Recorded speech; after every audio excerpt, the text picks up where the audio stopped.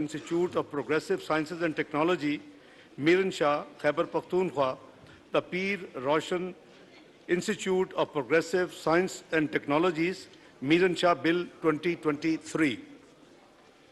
The bill as moved stands introduced. जनाब senator Mohammad Ishaq Dar, minister for finance and revenue, तो item number 3 के हवाले से आप उस पे जरा जी बहुत शुक्रिया जनाब स्पीकर।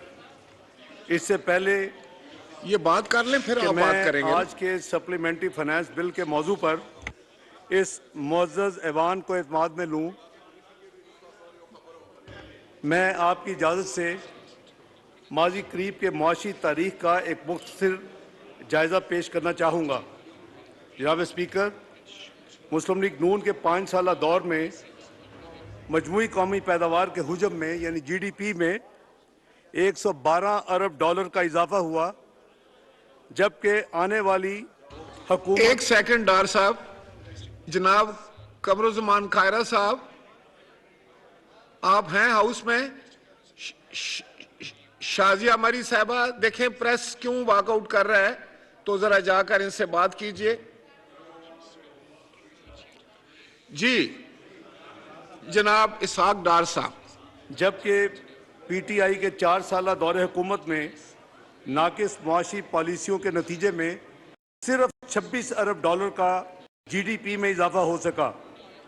112 अरब डॉलर के इजाफे का मुआवजना सिर्फ 26 अरब डॉलर के इजाफे से आप खुद कर सकते हैं।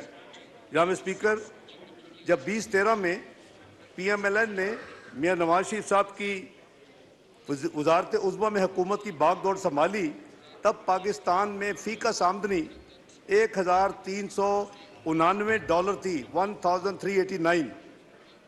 इसमें मजबूत मुआशी पॉलिसियों और हमारे कायद मियां नवाज शरीफ के विज़न के बदौलत ये 379 डॉलर के वाज़े इजाफे के साथ 1768 डॉलर तक पहुँच गई।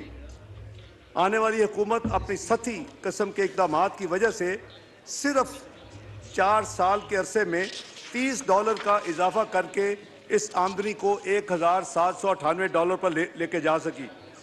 जनाब स्पीकर, पाकिस्तान स्टॉक एक्सचेंज, जिसकी मार्केट कैपिटलाइजेशन 2018 में 100 अरब डॉलर के करीब थी, जो कि पाकिस्तान पर सरमायादारों के एतमाद को जाहिर करती थी, इसको PTI की हुकूमत ने 26 अरब डॉलर पर ला खड़ा किया। ये कमी सरमायादारों के PTI हुकूमत पर अदम एतमाद को जाहिर करता है।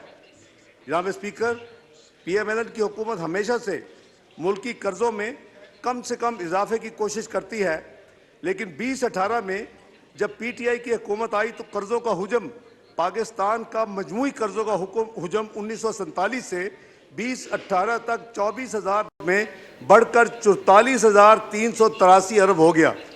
ये कर्ज़ों का हुजम, जो कि 2018 में GDP का 63.7% था, जनाब स्पीकर, वो बढ़कर 2022 में 73.5% हो गया। इसके नतीजे में हमारी सालाना डेट सर्विसिंग इस माली साल में बदकिस्मती से 5,000 अरब रुपए से तजावज़ कर जाएगी। जनाब स्पीकर, 2013 से 2018 के दौरान सस्टेनेबल हाई ग्रोथ के नतीजे में पाकिस्तान की मईशत दुनिया में 24वें नंबर पर आ गई थी। दुनिया के मोतबर अदारे पाकिस्तान की तरक्की के मोतरफ थे। जापान के मारूफ अदारे जेट्रो ने फॉरेन डायरेक्ट इन्वेस्टमेंट के हवाले से पाकिस्तान को दुनिया का दूसरा पसंदीदा तरीन मुल्क करार दिया था। इस तरह पाकिस्तान स्टॉक एक्सचेंज जनूबी एशिया में नंबर 1 पर थी। जनाब स्पीकर, मुअज़्ज़ज़ अरकान को याद होगा 2017-18 में मईशत की शरह नमू 6% से तजावज़ कर चुकी थी। अफराद ज़र की शरह 5% थी, यानी महंगाई इन्फ्लेशन जो आज हम देख रहे हैं। खाने पीने की अशिया की महंगाई सिर्फ औसतन 2% थी। इन हालात में एक अचानक गैर सियासी तब्दीली इस मुल्क में लाई गई, जिसने एक कामयाब और भरपूर मैंडेट की हामिल हुकूमत को अपाहज करके रख दिया। 2018 के इलेक्शन में एक सेलेक्टेड हुकूमत वजूद में आई।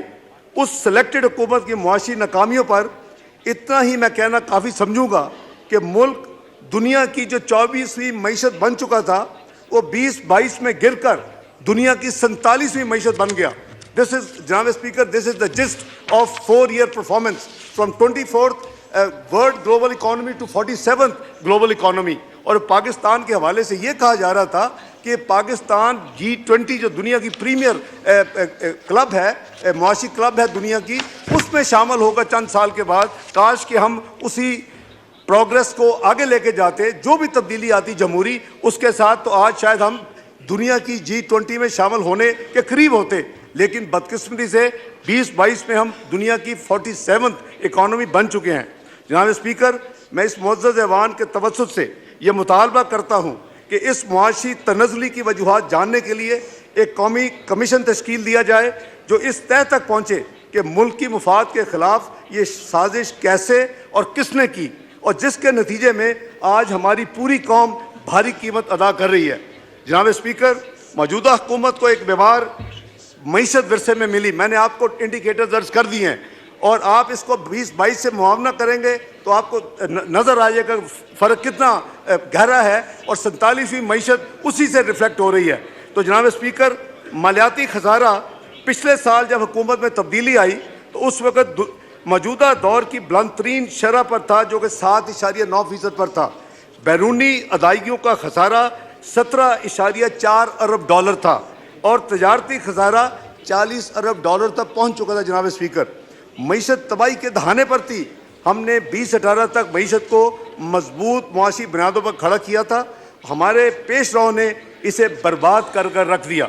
जनाब स्पीकर, मौजूदा हुकूमत को आए हुए अभी चंद माह गुजरे थे और मईशत को संभाला दिया जा रहा था कि तारीखी सैलाब की नागहानी आफत ने पूरी कौम को अपने लपेट में ले लिया। इसकी शिद्दत का अंदाज़ा इस बात से लगाया जा सकता है जनाब स्पीकर कि सैलाब से 3 करोड़ 30 लाख अफराद मुतासिर हुए, जिसमें से बेशतर बेघर हुए और 1730 हमारे बहन भाई अपनी जानों से हाथ धो बैठे। जनाब स्पीकर, इस कुदरती आफत से जो मजमूई नुकसानात का तखमीना है, जो कि world bank, Asian development bank, European union और पाकिस्तान में जो मिनिस्ट्री ऑफ प्लानिंग है उसने असिस्ट किया, और इसमें UNDP भी शामिल था, यूनाइटेड नेशन जो कि ऑर्गेनाइजेशन है। इन्होंने करीबन 16 अरब जो है इकनॉमिक लॉसेज और फिजिकल लॉसेज 14 बिलियन डॉलर, ये 30 अरब डॉलर से यानी 8,000 अरब रुपए से ज़्यादा पाकिस्तान का इन सैलाबों की वजह से नुकसान हुआ। पाकिस्तान की एमिशन जनाब स्पीकर 1% से कम है और पाकिस्तान इस वक्त दुनिया का 8वां मोस्ट वल्नरेबल मुल्क है क्लाइमेट चेंज के हवाले से। तो ये नुकसान जो है इसके हवाले से आपने देखा कि सैलाबज़दा इलाकों में बीमारियाँ फूट पड़ी, खड़ी फसलें तबाह हो गई, खुसूसन कॉटन की कीमती फसल का बड़े पैमाने पर नुकसान हुआ। कलील माली वसाइल के बावजूद मौजूदा हुकूमत ने 100 अरब के लगभग फौरी रिलीफ और रिहेबिलिटेशन पर खर्च किए और सूबाई हुकूमतों के साथ मिलकर 300 अरब रुपए से ज़ायद रिकन्स्ट्रक्शन के लिए मौजूदा माली साल में वसाइल मुख्तस किए गए हैं। जनाब स्पीकर, ऐवान को याद होगा कि इमरान खान हुकूमत ने 2019 में एक IMF से मुआहदा किया था। मेरी गुजारिश होगी कि जिन बहन भाइयों ने, दोस्तों ने, कॉलीग्स ने वो मुआहदा नहीं पढ़ा, एक दफ़ा मुआहदा ज़रूर पढ़ें। ये मुआहदा जो है ये आज के हालात में इसने जलती पे मिट्टी के उस जलती तेल पे उसमें यानी आग लगाने का रोल अदा किया था। ये 2019 का ये जो मुआहदा था ये सिर्फ एक हुकूमत का मुआहदा नहीं बल्कि ये एक रियासत का मुआहदा होता है। सितम ज़रीफ़ी ये है कि इमरान खान हुकूमत ने अपने ही किए हुए मुआहदे से इनहराफ किया और मुआहदे के कुलीदी नुकात से जिस पर उनकी हुकूमत ने खुद दस्तखत किए थे उसके बिल्कुल बरक्स जब वोट ऑफ नो कॉन्फिडेंस उनके खिलाफ हुआ तो उसके बरक्स उन्होंने फैसले कर दिए और उसको वर्चुअली उसको रोल बैक कर दिया, उसको डिसओन कर दिया। इसके नतीजे में IM का प्रोग्राम तात्तुल का शिकार हुआ और एक वसी ट्रस्ट डेफिसिट IMF और पाकिस्तान के दरमियान उससे उसकी बुनियाद शुरू हो गई। जनाब स्पीकर, जैसा कि मैं पहले अर्ज़ किया कि IMF के साथ मुआहदा सिर्फ एक हुकूमत नहीं बल्कि रियासत का मुआहदा होता है।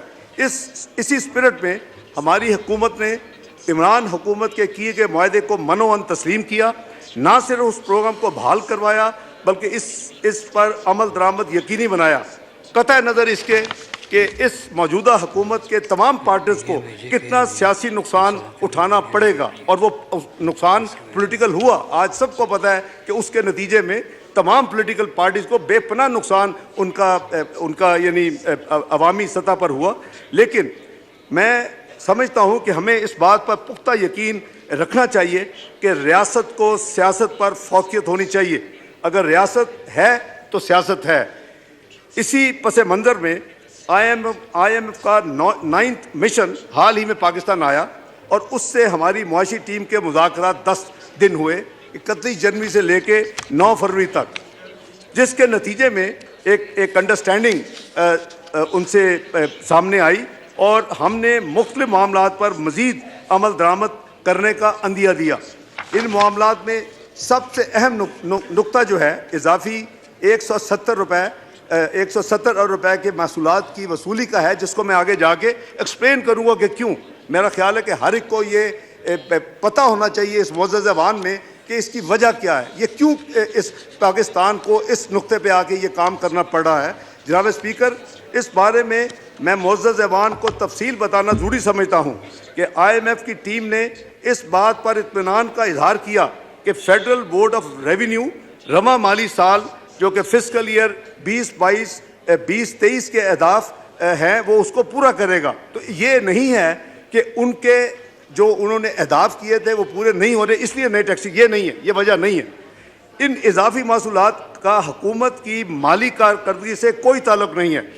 पाकिस्तान में बिजली के सर्कुलर डेट का एक दरीना बहरान चल रहा है, कई सालों से चल रहा है, मुख्तलिफ हुकूमतों में चल रहा है, लेकिन उसका हुजम वो बढ़ता जा रहा है। जनाब स्पीकर, बिजली की चोरी, लाइन लॉसेस, बिलों की अदम अदायगी के नतीजे में जनाब स्पीकर 3000 अरब रुपए के लगभग बिजली के बिलों के एवज सिर्फ 1600 अरब वसूल किया जाता है इस मुल्क में, और जो बाकी है 1400 अरब वो आपका सालाना नुकसान है सिर्फ बिजली पावर सेक्टर में इस मुल्क का।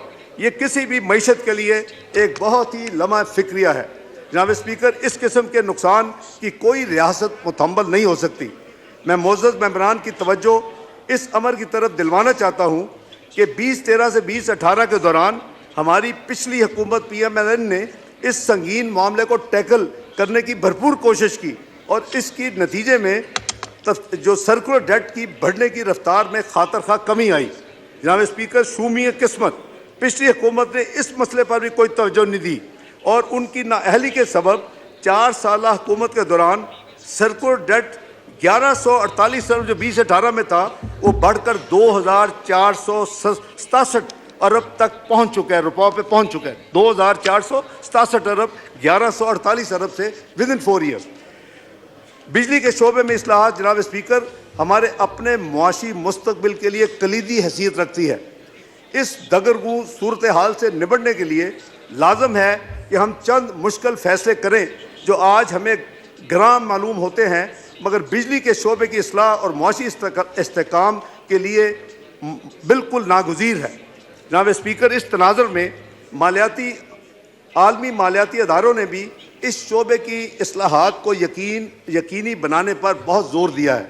इस शोबे में जिन इस्लाहात का हुकूमत ने फ़ैसला किया है उसके नतीजे में रवा माली साल में सर्कुलर डेट में 855 अरब रुपए के तखमीना जो इसमें ऐड हो रहा था इस साल, उसको कम करके 336 अरब रुपए किया गया है। ये हमारा नया हदफ है कि 855, क्योंकि करीबन 570 अरब बजट में आपने इस मोअज़्ज़ज़ ज़बान ने बजट में यानी पास किया हुआ है। मैं उसके अलावा बात कर रहा हूँ जो 855 है जनाब स्पीकर, वो टोटल साल का फ़र्क नहीं है, टोटल 1400 अरब का है। तो जनाब स्पीकर, इसके साथ साथ बाकी माइंदा गैप को पुर करने के लिए बजट से रकम मुख्तस की जाएगी, जिसकी वजह से बजट में जो मज़ीद खसारा आ रहा है उसके लिए IMF से ये तय हुआ है कि इसका कुछ हिस्सा हम नए महसूलात से हासिल करेंगे। लिहाजा काबीना ने इस फाइनेंस बिल के ज़रिए जो मैंने आपकी यानी खिदमत में पेश किया अभी थोड़ी देर पहले 170 अरब रुपए के इजाफी टैक्स लगाने की मंजूरी दी है, जिसका तज़किरा मैंने अभी अर्ज़ किया है। जनाब स्पीकर, हमारी हद्दुल वसा कोशिश ये है कि सिर्फ ऐसे टैक्स लगाए जाएँ जिनका बराह रास्त गरीब और मतवसत तबके पर कम से कम बोझ आए। इसलिए रोज़मर्रा की अशिया पर इजाफी टैक्स आयद नहीं किया गया। इस तनाजुर में इस मुअज़्ज़ज़ ऐवान के सामने मंदरजा झैल टैक्स तजावीज़ पेश की जा रही हैं। नंबर 1, हुकूमत ने अमीर तबके पर इजाफी टैक्स लगाने की हिकमत अमली के तहत अब लग्जरी आइटम पर GST की शरह को 17% से बढ़ाकर लग्जरी आइटम पर, जो कि पहले बैन रही हैं कुछ महीने पहले, उस पर 25% की बुलंद सतह पर ले जाने का फैसला किया है। इसी तरह जो एयर ट्रैवल है वो फर्स्ट क्लास और बिजनेस क्लास में जो कि फेडरल एक्साइज ड्यूटी है वो 20% ऑफ दी एयर टिकट या 50,000 रुपये जो भी ज़्यादा हो, whichever is higher, 20% of the air fare और जो टोटल है विद टैक्सीज एक्सेट्रा, और 50,000 विच एवर इज़ हायर। दूसरी, शादी ब्याह की पुरतयश वेडिंग हॉल्स में मुनक़दा तकरीबात पर बेजा असराफ देखने में और मीडिया में रिपोर्ट होता रहता है। हम सबको सादगी अपनानी चाहिए, इसलिए फैसला किया गया है कि शादी की तकरीबात के बिलों पर 10% की शरह से withholding adjustable advance income tax नाफिज किया जाएगा। नंबर 3, जनाब स्पीकर, वर्ल्ड हेल्थ ऑर्गेनाइजेशन की चंद ऐसी एशिया की कीमतें बढ़ाने की सिफारिश उन्होंने की है जो इंसानी सेहत के लिए मुज़र हैं। इसलिए सिगरेट, एरेटेड और शुगरी जो ड्रिंक्स हैं, इनके ऊपर जो फेडरल एक्साइज ड्यूटी की शरह में इजाफा तजवीज़ किया जा रहा है। नंबर 4, सीमेंट पर जो फेडरल एक्साइज ड्यूटी 1.5 रुपये फ़ी किलोग्राम थी उसको बढ़ाकर 2 रुपये फ़ी किलोग्राम करने की तजवीज़ है इस बिल में, और कोविड से पहले भी ये 2 रुपये फ़ी किलोग्राम ही थी। कोविड के दौरान इसको कम किया गया था। जनाब स्पीकर, नंबर 5, GST की शरह को 17% से बढ़ाकर 18% किया जा रहा है। इजाफी मासूलात आयद करते हुए हमने कोशिश की है कि आम इस्तेमाल की अशिया मसलन गंदम, चावल, दूध, दालें, सब्जियां, फल, मछली, अंडों और खुले गोश्त और मुर्गी पर इजाफी टैक्स आयद ना किया जाए। जनाब स्पीकर, मौजूदा हुकूमत को इस बात का एहसास है कि महंगाई ने गरीब हमारे बहन भाइयों की मुश्किलात में इजाफा किया है। इस बात को मद्देनज़र रखते हुए हुकूमत ने फैसला किया है कि बेनज़ीर इनकम सपोर्ट प्रोग्राम से मुस्तफ़ीद होने वाले अफराद के माहाना वजीफ़े में इजाफा किया जाए और इसके लिए 40 अरब रुपये मज़ीद मुख्तस किए जा रहे हैं, यानी 360 अरब का जो इस मुअज़्ज़ज़ ज़बान ने BISP के लिए बजट मंजूर किया था उसको बढ़ाकर 400 अरब किया जा रहा है। एक तरफ 170 अरब के जो टैक्सेस तो ज़रूर लग रहे हैं, लेकिन 40 अरब जो है वो इन यानी जो मोस्ट डिज़र्विंग आपके एक ट्रांसपेरेंट सिस्टम के तहत जिनको इमदाद हुकूमत देती है, जो उसका फ़र्ज़ है, उसको 40 अरब बढ़ाकर 400 अरब किया जा रहा है। मैं इस मुअज़्ज़ज़ ऐवान को इस बात पर भी एतमाद में लेना चाहता हूँ कि वज़ीर आज़म पाकिस्तान मियाँ शहबाज शरीफ साहब ने यह फैसला किया है कि वो और उनकी काबीना सादगी अपनाएगी और अवाम को ऐसा करने की तलकीन करेगी। इस सिलसिला में वज़ीर आज़म पाकिस्तान जनाब मोहम्मद शहबाज शरीफ अनकरीब कौम को एतमाद में लेंगे। जनाब स्पीकर, अब तक तो मैंने मईशत के बिगाड़ को दुरुस्त करने के लिए इक़दामात बता रहा था जिससे सिलेक्टेड हुकूमत की नातजर्बाकार टीम की पैदा करदा खराबियाँ दूर होंगी। अब मैं उन बुनियादी इस्लाहात का जिक्र करना चाहूँगा जिसके ज़रिए मईशत में इस्तेहकाम आएगा। इन पर अमल करते हुए हम सब मिलकर इंशाअल्लाह जो हमें शुरू में मुश्किलात आएंगी, अल्लाह ताला पे भरोसा है माजी की तरह कि आहिस्ता आहिस्ता हम तरक्की का अमल दोबारा बहाल होगा। जनाब स्पीकर, कीमतों में इस्तेकाम हमारे मेजर से आएगा, लोगों की आमदन में इंशाल्लाह इजाफा होगा।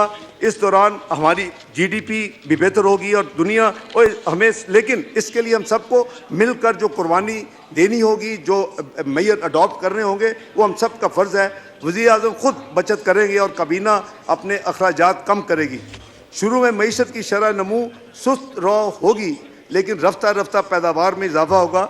ज़राअत, एग्रीकल्चर, इंडस्ट्री और इंफॉर्मेशन टेक्नोलॉजी के शोबाजात में तरक्की के ज़रिए GDP ग्रोथ को अगले माली साल में 4% से इंशाल्लाह दोबारा तजावज़ करेंगे। जनाब स्पीकर, पाकिस्तान की मईशत दो बड़े मसाइल से उसको दो चार हैं, एक फिस्कल डेफिसिट और दूसरा करंट अकाउंट डेफिसिट। हम इन दोनों डेफिसिट यानी खसारों को कम और कंट्रोल करने के प्रोग्राम पर अमल पैरा हैं। IMF के प्रोग्राम के ज़रिए हमारे ज़र मुबादला के ज़खायर में इंशाअल्लाह इजाफा होगा। रुपए की स्टेबिलिटी इसमें आएगी, इसकी कदर बेहतर, इसमें इस्तेकाम होगा।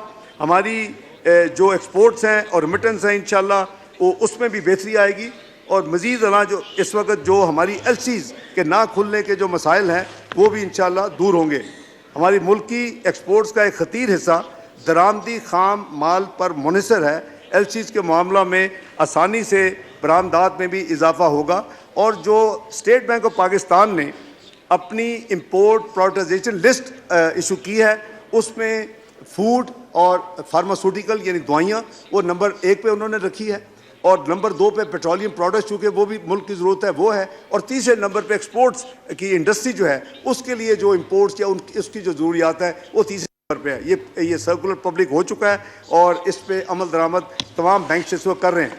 जनाब स्पीकर, जहाँ तक माली खसारे का ताल्लुक है, ये अमर तसल्ली बख्श है कि फेडरल बोर्ड ऑफ रेवेन्यू इस साल अपने महसूलात के हदफ को इंशाअल्लाह आसान तरीके से पूरा करेगा।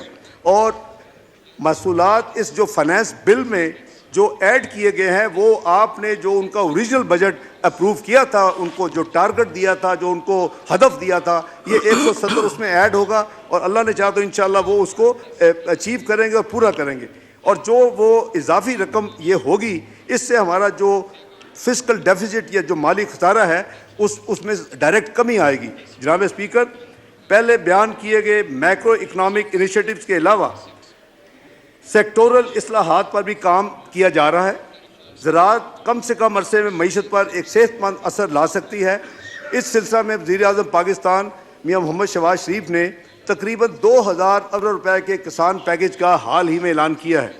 किसान पैकेज के मेन खदोखाल जो हैं वो ये हैं कि इस फिस्कल ईयर में, इस माली साल में 30 जून 2023 तक स्टेट बैंक ऑफ पाकिस्तान ज़री कर्ज़ों का हदफ जो है उसको 1819 अरब मुकर्रर किया गया। इसमें तकरीबन 400 अरब का इजाफा किया गया है और अभी तक लेटेस्ट नंबर जो है वो करीबन 1000 अरब तक ये डिस्पर्स हो चुके हैं। 1819 अरब रुपए में से करीबन 1000 अरब से ज़रा कम रकम वो डिस्पर्स हो चुकी है। नंबर 2, वज़ीर-ए-आज़म ने youth business and agricultural loan scheme के तहत आसान शराइत पर कर्ज़ों की स्कीम की मंजूरी दी है, जिसके तहत इस साल कम से कम 30 अरब रुपए के कर्जा जात फराम किए जाएंगे। नंबर 3, ज़री मशीनरी की फरामी के लिए 6.4 अरब की सब्सिडी मुख्तस की गई है। इस स्कीम के तहत किसानों को ट्रैक्टर्स, थ्रेशर्स, हार्वेस्टर्स वगैरह के आसान कर्जे सस्ते शरह के ऊपर मुहैया किए जाएंगे। नंबर 4, DAP जो खाद यूरिया के साथ साथ बहुत ही इम्पोर्टेंट है, उसकी नेगोशिएट करके उसकी कीमतों में कमी की गई है और जो इंपोर्ट की गई है उसको उसी जो एक फिक्स कीमत है उसके ऊपर फराम किया जा रहा है। नंबर 5, दरामद करदा यूरिया की कीमत को किसानों के लिए काबिल ख़रीद बनाने के लिए, यानी कॉस्ट उसकी ज़्यादा है और जो इंपोर्ट है वो तो करीबन 3 गुना है उसकी कॉस्ट। जो इस साल इसके फ्लड्स की वजह जनाब स्पीकर वीट भी इंपोर्ट हुई और फर्टिलाइज़र भी इंपोर्ट हुआ और इस पर खतीर रकम फॉरेन एक्सचेंज जो हमारी बहुत क्रंच है और बड़ी लिक्विडिटी शॉर्टेज है, उसके बावजूद इस पर बड़ी खतीर रकम इस माली साल में खर्च की गई। 30 अरब रुपए की सब्सिडी इस यानी यूरिया की दरामद के हवाले से, क्योंकि वो इंपोर्ट जो है वो करीबन 6-6.5 हज़ार रुपये से के करीब है, जो लोकल यूरिया है वो करीबन करंटली जो प्राइस है करीबन 2350 है। तो वो ये तो आप नहीं कर सकते कि 2 कीमतों पे लोगों को दें कि ये इंपोर्टेड है तो महंगा है ये, तो उसके लिए 30 अरब की सब्सिडी जो है वो हुकूमत बर्दाश्त करेगी। नंबर 6 जनाब स्पीकर, ज़राअत से मुंसलिक छोटे और दरमियाने कारोबारों को सहल बनाने के लिए 10 अरब रुपए मुख्तस किए गए हैं, यानी उनको स्मॉल एंड मीडियम एंटरप्राइजेज की तर्ज पर एक किस्म का उनको दर्जा दिया गया है ताकि एग्रीकल्चर जो छोटे बिजनेस हैं वो अपनी नशोनुमा उनकी हो सके। जो ज़री कर्जा हासिल करने के लिए आपको याद होगा कि बहुत ज़्यादा इस हाउस में भी मैंने देखा कि जो ओरिजिनल बजट जब पेश हुआ मई जून में, तो उस वक्त भी ये डिमांड थी कि जी PIU जो वैल्यूएशन होती है ज़मीन की, जिसके बेसिस पे काश्तकार को कर्जे मिलते हैं, वो पर यूनिट 4000 रुपये थी और उसको हमने 10,000 रुपये उसका वैल्यू पर PIU यूनिट को बढ़ा दिया इस स्कीम में, जिसकी वजह से किसान अपनी उसी ज़मीनों पर बैंकों से ज़्यादा यानी रकम अपने कर्जा यानी ले सकेंगे ताकि अपने कारोबार को वो वसी कर सके। नंबर 8, 5 साल तक जो पुराने ट्रैक्टर्स की दरामद की इजाज़त भी कस्टम ड्यूटी की रियाती शरह पर दे दी गई है, ये पहले इसकी इजाज़त नहीं थी। नंबर 9, हुकूमत ने सोलर एनर्जी से ट्यूबवेल लगाने के लिए रियाती शरह पर कर्जे देने का भी फैसला किया है। रवा माली साल में 75,000 सोलर ट्यूबवेल लगाने का हदफ रखा गया, यानी ट्यूबवेल्स को कन्वर्ट करने का सोलर के ऊपर बजाय बिजली के ऊपर वो हो।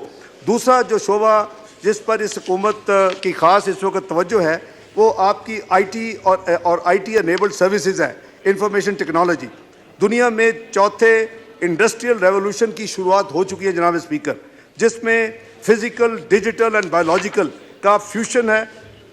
इन्हीं अवामल को मद्देनज़र रखते हुए आईटी और आईटी एनेबल्ड सर्विसेज के लिए खुसूसी मराहत का ऐलान किया गया है, जिससे इस शोबा की मुश्किलात हल होंगी इंशाअल्लाह। इस शोबा से मुंसलिक अफराद अपने निजी या कंपनी के अकाउंट में अपनी फ़ॉरेन करेंसी जो उनकी रसीट्स होंगी 35% तक अपने अकाउंट्स में रखने के वो मिजाज होंगे, जो उनकी बड़ी पुरानी डिमांड भी थी और उनका जेन्युइन एक मुतालबा था।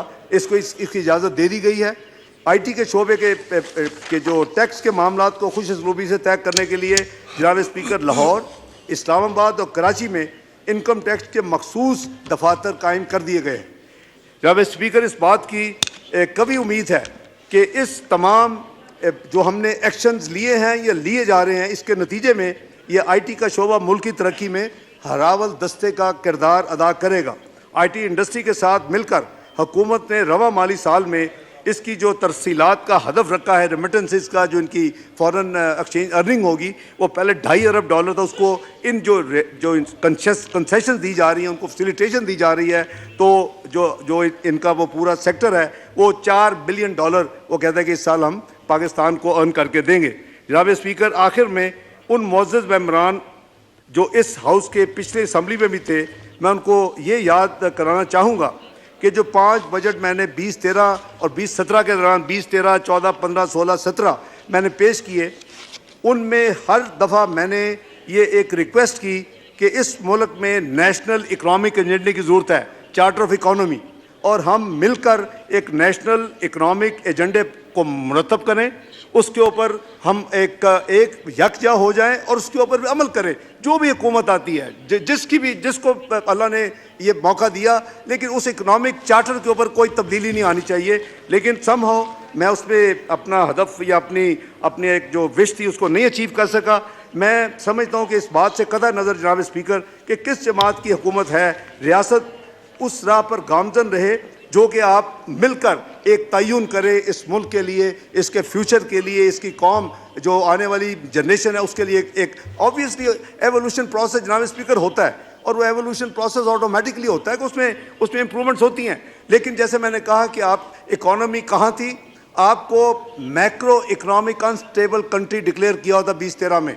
इलेक्शन से पहले जो ग्लोबल रिपोर्ट थी वो ये थी कि $1 पाकिस्तान को कोई अदारा नहीं दे रहा था, जैसे कि रिसेंट हमने देखा पाकिस्तान के साथ जो हो रहा है। ये तीसरी थी प्रेडिक्शन कि 6 से 7 महीने नो मैटर कौन सी पॉलिटिकल पार्टी जीत के आएगी उसको डिफॉल्ट डिक्लेयर करना पड़ेगा। 2013 को याद कराना जनाब स्पीकर, 10 साल पुरानी बात।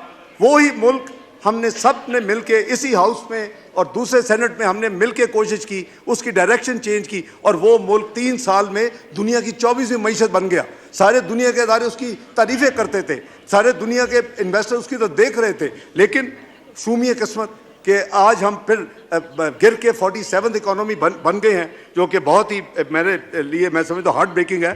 इस बात से कतई नज़र कि किस जमात की हुकूमत है, मैंने जैसे अर्ज़ किया, रियासत उस राह पर गामजन रहे जो कि एक फ्यूचर रोड मैप आप तय्युन करें।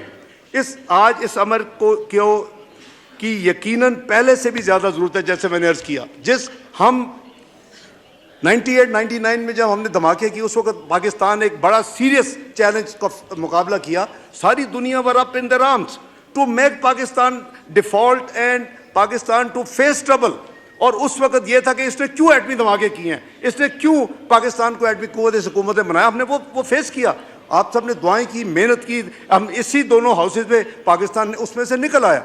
हमने 2013 में भी ये देखा कि जहां हमारी एक कंबाइन एफर्ट होगी, जहां हम ईमानदारी के साथ इस मुल्क के लिए करेंगे, अल्लाह ताला की बरकत, मेरा ईमान है कि उसमें शामिल होती है और फिर हम उस मुसीबत से निकल जाते हैं। तो मैं अर्ज़ कर रहा था कि आज सबसे ज़्यादा ज़रूरत है कि हम एक होकर एक हम रोड मैप तय्युन करें, एक हम मुआहिदा करें कि पाकिस्तान की मईशत को हमने किस तरह लेके जाना है। और मैं दोबारा सबको दावत देता हूँ, आए हम सब मिलकर बैठे मुल्क के मुआशी मुस्तकबिल के बारे में एक कौमी सोच अपनाएं। मुझे कभी उम्मीद है कि इन इक़दामात की तकमील में हमें रियासत के तमाम अदारों की मुकम्मल हमायत हासिल रहेगी। आखिर में जनाब स्पीकर, मैंने जो मुल्क की मईशत के बहाली के लिए हुकूमत के इक़दामात और तजावीज़ का मुख्तसर खाका आपके सामने पेश किया है, मुझे पूरी उम्मीद है कि इन इक़दामात के बिना पर मईशत हमारी इंशाअल्लाह इकॉनमी बेहतर होगी और हम जल्द दोबारा अपने GDP ग्रोथ, हमें तरक्की के राह पर हमारा दोबारा हम गामजन होंगे। मैं सबसे अर्ज़ करूँगा कि वो ये जो मैंने जैसे अर्ज़ किया कि 1999 और 20, 13, 14 कि हम सब ने देखे हुए हैं, मोस्ट ऑफ दी कॉलीग्स पर हेयर, हमने देखा हुआ कि वो कैसा पीरियड थे, वो कैसे चैलेंज थे। आज उससे भी डीपर चैलेंज पिछले साल से शुरू है इस मुल्क में। 47वीं मीशत हम बन चुके हैं। हमें वापस इसको पाकिस्तान को उस तरक्की की राह पे लेके जाना है और इंशाअल्लाह हमारी नीयत ठीक हो, हम इकट्ठे एक होकर इसके लिए कोशिश करें। मुझे कोई मुश्किल नज़र नहीं आती। इंशाअल्लाह हम दोबारा उसी तरक्की की राह पर दोबारा गामज़न होंगे और पाकिस्तान इंशाअल्लाह खुशहाल होगा। अल्लाह पाक हमारा हामी और नासिर हो। पाकिस्तान जिंदाबाद।